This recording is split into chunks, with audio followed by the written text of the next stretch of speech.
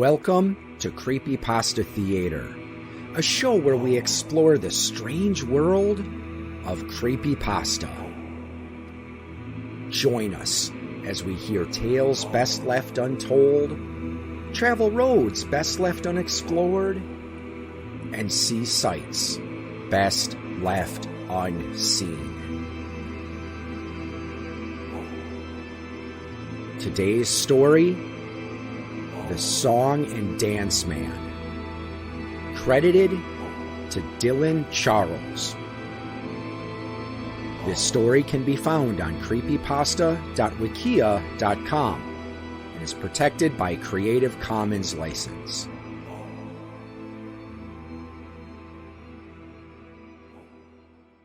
There are few left alive who remember The Song and Dance Man.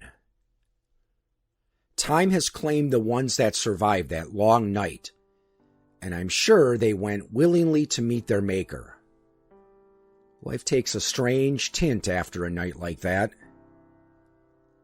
The ones still left, Bill Parker, Sarah Carter, and Sam Tannen, don't talk about it. Sam is lucky. His brain started to turn to porridge a few years back, and now he has trouble figuring out how to put on his pants. He got an early reprieve from his memories. He doesn't wake up in the middle of the night, the music still playing in his ears, with tears still drying on his cheeks. The Song and Dance Man came to Belle Carne with little fanfare in the fall of 1956. I had just gotten out of high school and was working as a stock boy at Handy's Hardware. I was there the afternoon that Sarah Carter burst through the door, making the bell over the door jingle like mad. "George, you gotta see what's been set up by the bandstand. There's this huge tent up and this man standing in front of it yelling like a carnival barker." Sarah was out of breath and had obviously run from the park all the way down Main Street. Her hair was whipsawed every which way, and one strand stuck to the end of her nose. She gave a quick puff and blew it out of the way, waiting for me to react. With Sarah, I was always 2 steps behind and running to catch up. The girl had energy in those days in an unlimited supply. I stopped rearranging the nails and said, "There wasn't anything up there when I walked by this morning. When'd it go up?" She shrugged her shoulders. A quick rise and drop. "Don't know, but it's up. And you gotta see this guy. He's all dressed up, head to toe, and he can talk. Boy, can he talk." I thought about it and checked the clock. It was about 5 and time for me to quit anyway. "All right, let's go check it out then." Sarah grinned from ear to ear and was gone. I didn't doubt she was telling everyone in the gang, the ones that were still in town anyway. Most of us scattered to the 4 winds after graduation. Only a handful of us remained in town, and only a handful of us were on hand to witness the dance. I walked down to the bandstand by myself, not bothering to wait for the others. Most likely, Sarah was already there waiting for us. I met up with Bill as he passed the drugstore, where he worked as a soda jerk. "What the hell is Sarah talking about, George?" "She blew in here and blew out again before I could ask her anything." Bill was a big guy, the tallest and heaviest guy in our class, and I just about cracked up the first time I saw him wearing that little peaked paper cap McClearly makes his soda jerks wear. Bill doesn't really like to be laughed at, though, and after the knot under my eye went down, I made sure not to laugh at him anymore. He's a good guy aside from that temper. He was the best guy on the high school basketball team, too, though he's one of those few guys who got kicked out of a game. He threw another player halfway down the court, and they were on the same team, too. Bill said the other guy elbowed him in the gut. It had to have been an accident, and no one would have done that on purpose. We both walked down the street, Bill smoking a cigarette, a habit that caught up to him in 1995 when they removed his right lung.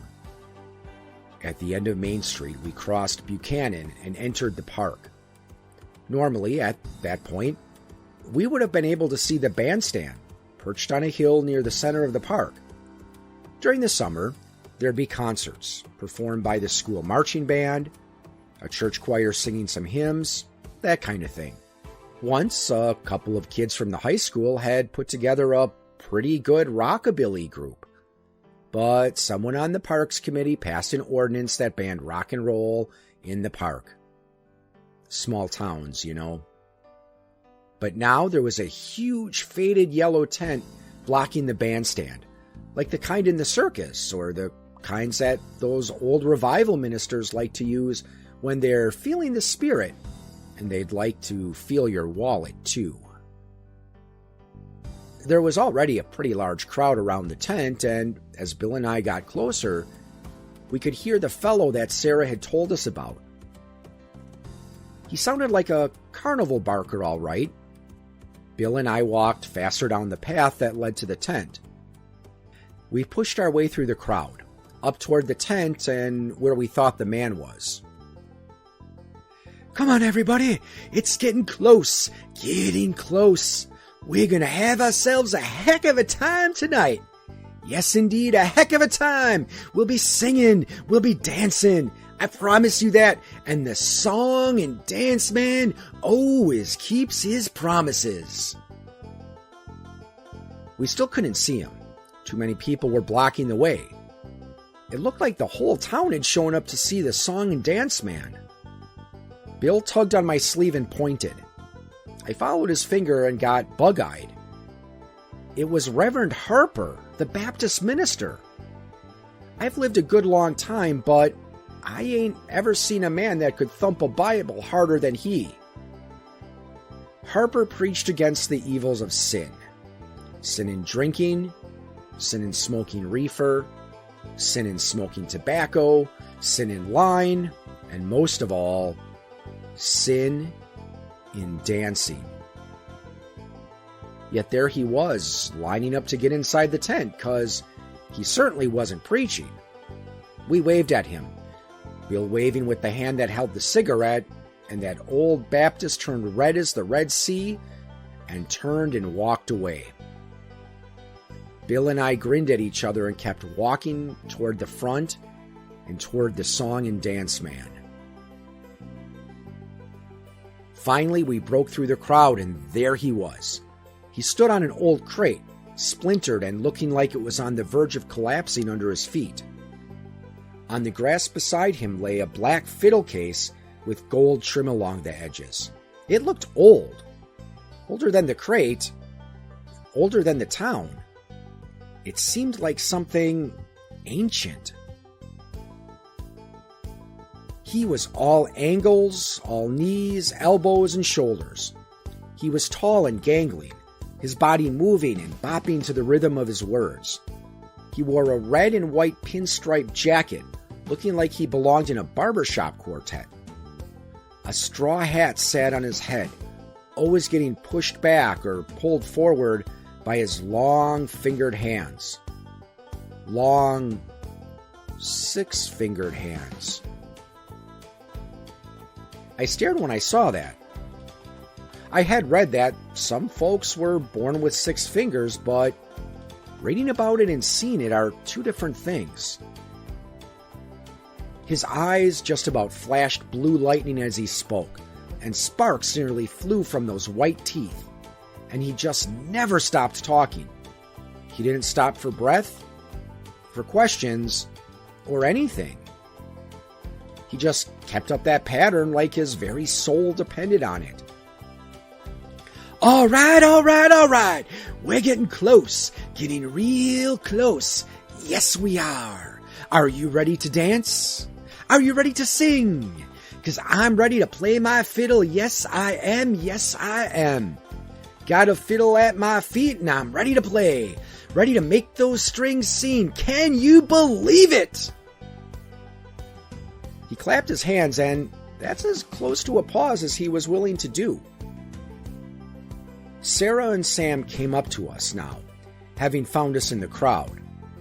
Sarah elbowed me in the rib and said, "What did I tell you? Looks like he should be in a carnival trying to get us to see the bearded lady or something." Sam nodded his head in greeting us, which caused his glasses to slide down his nose, and he gave them a short push back up where they belonged. He was as tall as Bill, but nowhere near as built. He was the smart guy in our gang. You'd have to have someone like him around to tell you how to do things, like take apart the principal's car and rebuild it in the school gym. Not that we ever did anything like that. "What's he selling?" asked Sam. A dance, I figure," I said. "At what cost?" The song and dance man must have heard him, because he said, "What does it cost? I hear ya ask, what does it cost? Why, it won't cost you $1, and it won't cost you a quarter, and it don't cost a dime, folks. This will cost you nothing.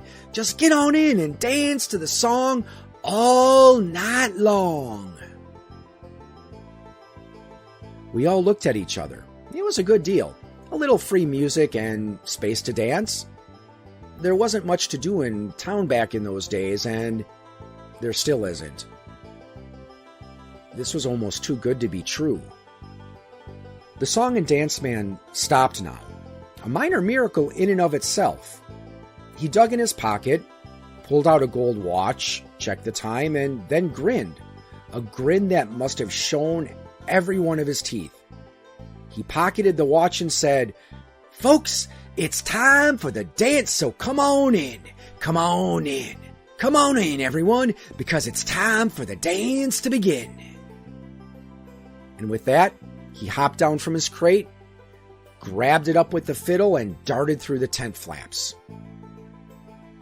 Sarah, Bill, Sam, and I nearly got mowed over in a rush to get inside, but we were still the first ones in.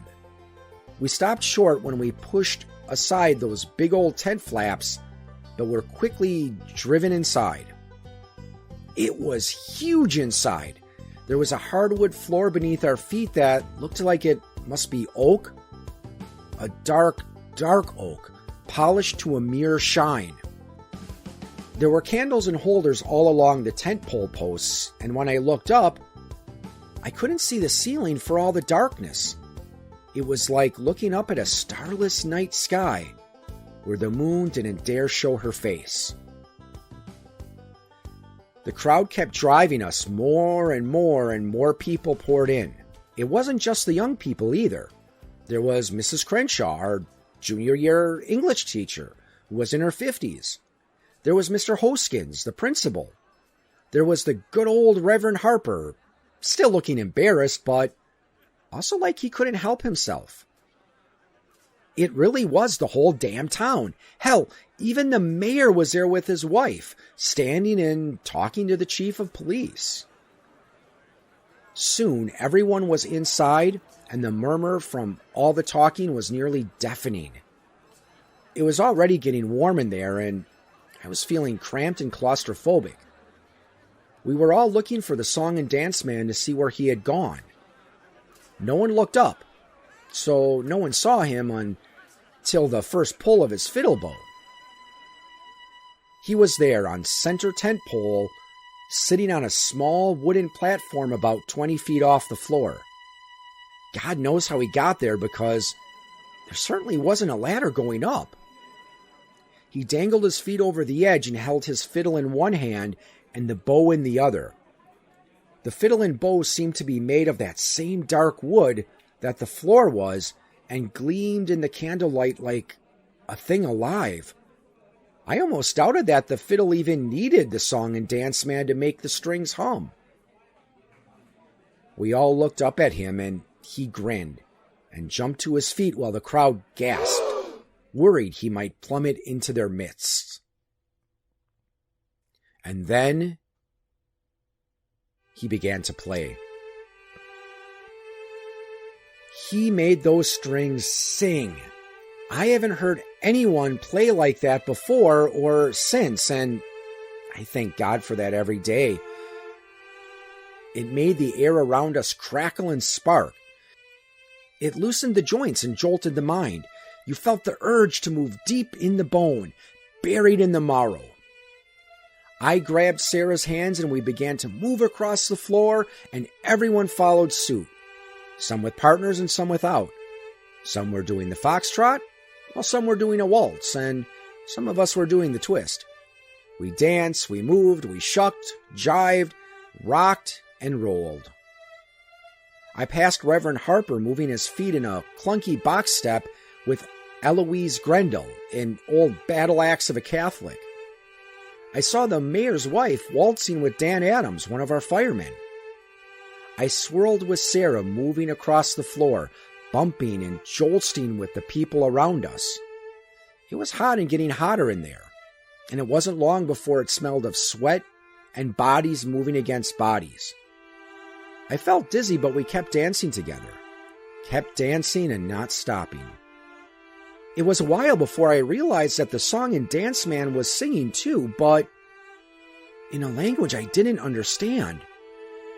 He lorded over us, standing on that platform, making his fiddle sing and sing. His bow rose and fell, slid back and forth, side to side. He played like he talked. There were no breaks or pauses, just a manic deluge of tunes, while his tongue curled around words that had no business being said in this world. I gave my head a shake as I spun with Sarah, and I realized my legs were tired. My feet ached and my lower back was beginning to throb. I checked my watch and realized we had been dancing for a solid hour. I shook my head again, trying to shake off that dozy feeling that was clouding my thinking. "Sarah?" I cleared my throat. I had only spoken in a whisper. My tongue felt thick and funny. I tried again. "Sarah?" Louder this time. But she still didn't respond, and we kept dancing. I shook her, but she didn't respond. I kept shaking her until I realized I was doing it in time with the music. So I just tried to stop. And I couldn't. I couldn't stop. Underneath the fog, I began to feel frightened. I began to see the faces of other people now. I saw their terror. Reverend Harper's face had grown redder than it had been before. Sweat poured down his face, but he still kept moving, twirling Mrs. Grendel around and around, her head lolling from side to side. She had fainted, but her feet were still moving. We moved past Bill, who danced with Susie Watkins, and I saw her frightened eyes darting around the room. But Bill bobbed his head in time with the music, and his glassy eyes looked at nothing in particular. The song and dance man laughed from his perch and kept playing, tapping his feet. His eyes were glowing in that dark, humid place.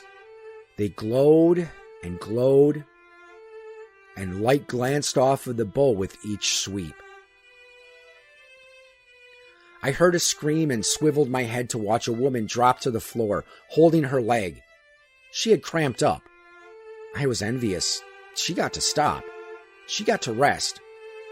My own legs felt like dead wood, and the ache in my back had deepened.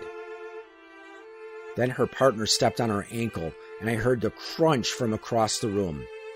He was still dancing, his eyes blank and empty as he moved. She screamed again and started to crawl away, but instead stood up.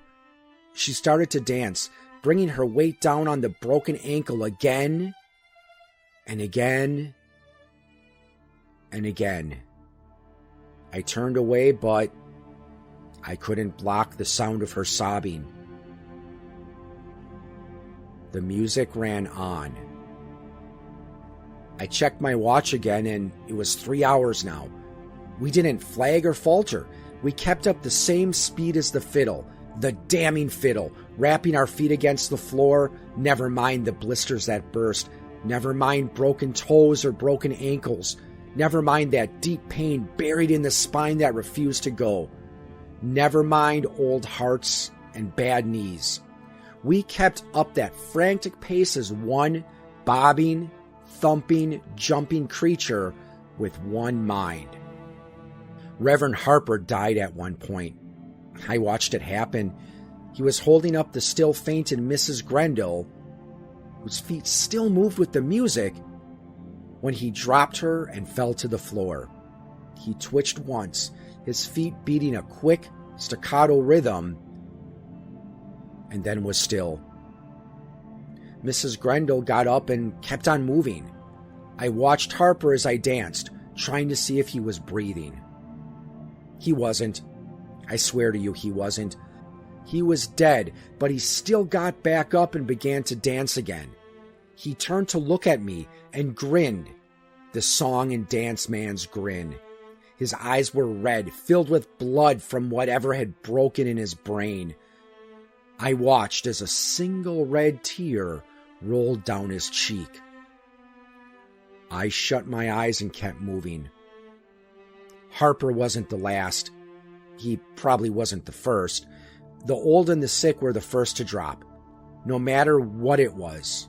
Exhaustion, heart attacks, hemorrhages somewhere deep inside. They died. And then they got back up and kept dancing, grinning their grins. I passed Lizzie and Sam. He had lost his glasses at some point. His eyes darted around, terribly aware. I looked at his leg and saw a jut of some bone tearing through his denim jeans. There was a trail of blood behind him, and as he swirled, a spray landed on the legs of other people around him. He stepped on that broken leg, twirled on it, and jumped on it, all in time with that fiddle. The night passed. I remember stepping on something at one point and realized I had just crushed Mrs. Dempsey's right hand. She was lying on her back on the dance floor. She had been stepped on time and again. I could even see a man's shoe print on her stomach. Her head had been caved in, and her chest beneath her dress had a sunken look. And still, she was trying to get up and keep moving. The smell of blood mixed with sweat, and I couldn't breathe anymore. The air was thick, and all from around I could hear screams and cries, but nothing that drowned out that fiddle or the song and dance man singing. And then it stopped. I danced one more step and then stopped myself. I looked up at the platform. We all did, craning our necks upwards. He was checking his pocket watch. All right, folks, that's all for tonight. The dancing is done and the morning has come. You may leave if you can walk, and you should walk quick, 'cause this song and dance man is gonna be gone. We all stood there like stunned cattle, then marched to the tent flaps. No one ran because they couldn't. It was a miracle we could walk. Sarah stepped ahead of left, but I stayed behind. I turned and looked, and I saw at least 20 people still standing there. Harper was among them. They were all grinning, their eyes empty. They stood and made no signs of wanting to leave. Go on now, friend. The song and dance man has what he wants, but he'd be glad to add you too, if you tarry and dally too long. I looked up at him and saw him smile, and then I turned my back to him and left the tent. When I turned back again, it was gone, along with the people inside.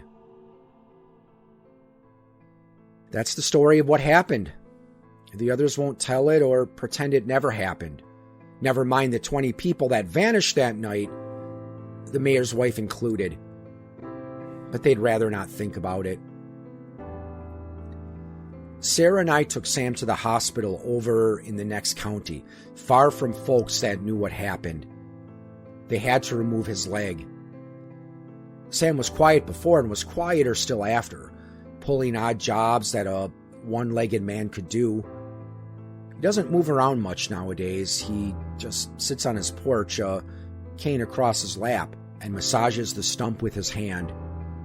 Says it bothers him on cold nights, and warm nights, and wet nights, and dry nights. Bill left and joined the Army and stayed in long enough to fight in Vietnam and won a bunch of medals.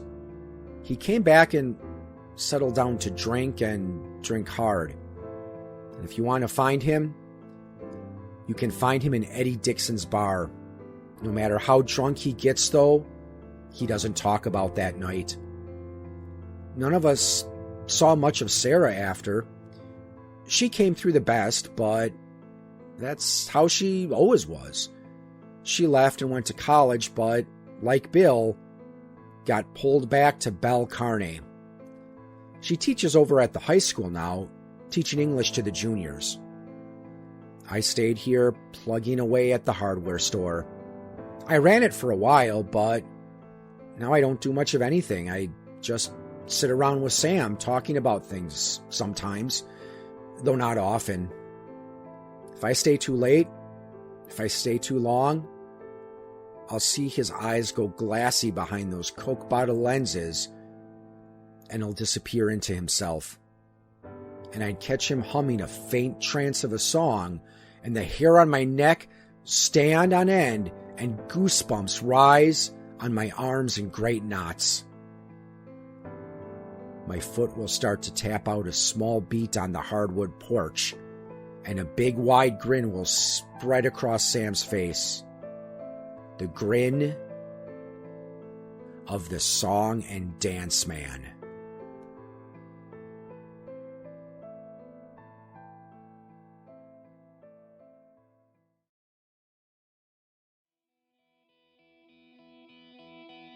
You have been listening to a presentation of Point of Insanity Game Studio. Visit us on the web at poigamestudio.com. Follow us on Twitter at poigamestudio. Look us up on Facebook and email us at poigamestudio@gmail.com.